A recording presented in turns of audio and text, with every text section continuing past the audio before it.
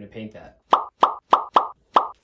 I'm using 100% acetone right here. All we're doing is removing the super thin factory finish. Can you see that shine on the side? Yeah, that's the factory finish. It's basically put on all sneakers when they're sold out of the factory, put it to shop so that it protects the shoes for a little bit longer. I've saved a section over here of the sneaker, and I'm gonna show you everything from prep to paint to finish. The reason you want to prep the surface of whatever you're going to be painting on is to ensure that the paint doesn't crack and peel away over time. That's why I'm using Angelus acrylic white leather paint, and I'm wiping down the sneaker before I actually get started with applying the paint.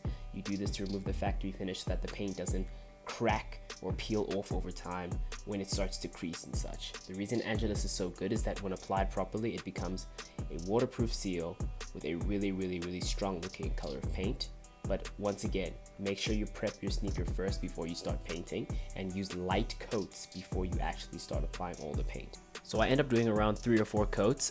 This time I'm just going to be doing 3 for the sake of just teaching you guys how to do this. You can see I'm starting with a super light coat to the point where it almost looks a bit see-through. It's kind of dodgy at first, and I'm using a blow dryer to dry the surface so that I can get onto the next coat as soon as possible. When you're using the blow dryer, make sure to aim it a little bit further away from the sneaker and keep it in moving motions, because if you decide to aim it directly at the paint and just keep it there, you may end up ruining your sneaker, so be careful of that. So now you can see me applying the second coat. Once again, I'm not dipping in the bucket itself. I'm just using whatever paint is left on the inside of the lid itself, and it's already starting to look a bit more striking. You want to be super patient when it comes to applying coats, especially when it comes to something like a sneaker that's going to be moving and bending and turning and twisting, sometimes walking in water. You want to make sure you are taking your time and being as patient as possible, taking breaks in between to get some water or whatever the hell, and then using a blow dry to help cure the paint before you add any more coats. I skipped straight ahead and did the third coat without recording anything. I think you guys already get the idea.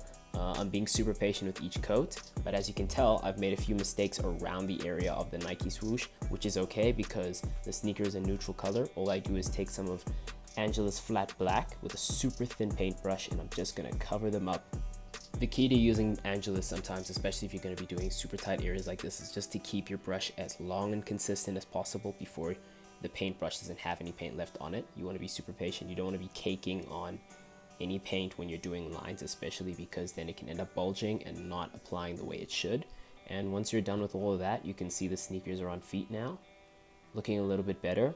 You can tell that the one on the right looks a little bit different. It's got some gray accents. I have not completed this custom. I just wanted to make this video for the purpose of showing you my process on making things and a few things you can avoid, so that you don't make mistakes when you're doing customs and you can just tweak your shoes to pretty much suit them more to your taste. So yeah, hope you enjoyed, and I'll see you next time.